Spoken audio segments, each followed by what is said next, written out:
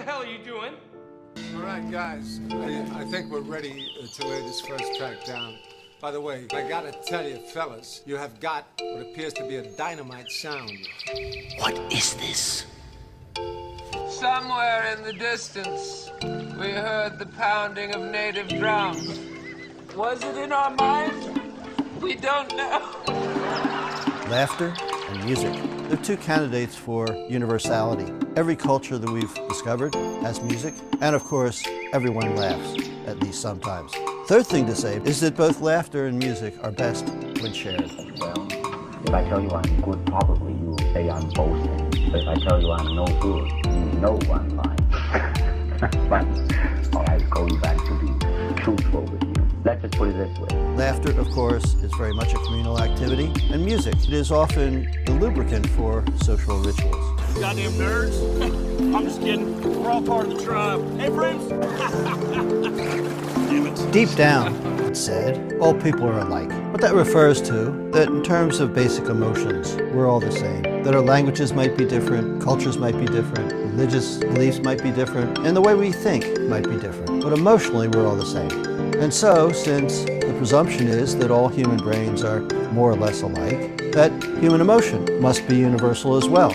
Basic emotions, fear, sadness, some sort of attachment. So beauty is something that is not only in beautiful things, beautiful people, but beauty is also something with an independent existence. And so true love for Socrates is somehow seen through or seen beyond the particular people, which is the other person might be a kind of medium, but what you really love in the other person is God.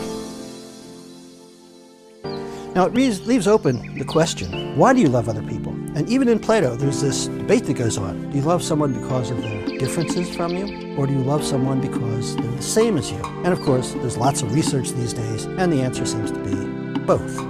Making something and giving it away is the ultimate in being generous.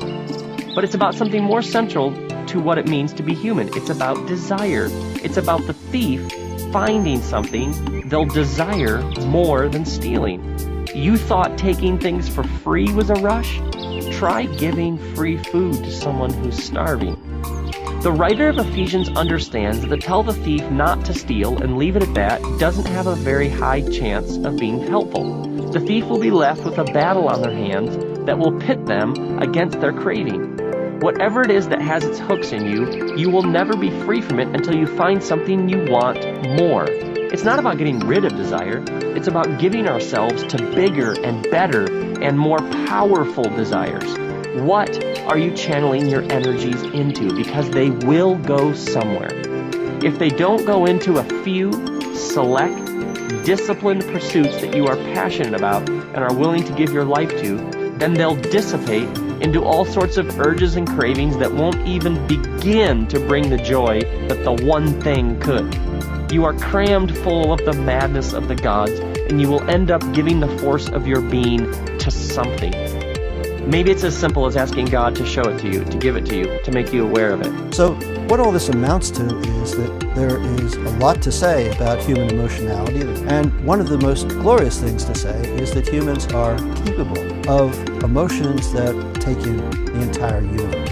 Now, it's a kind of beautiful picture, but I think it's also a profound picture, and I want to come back to it.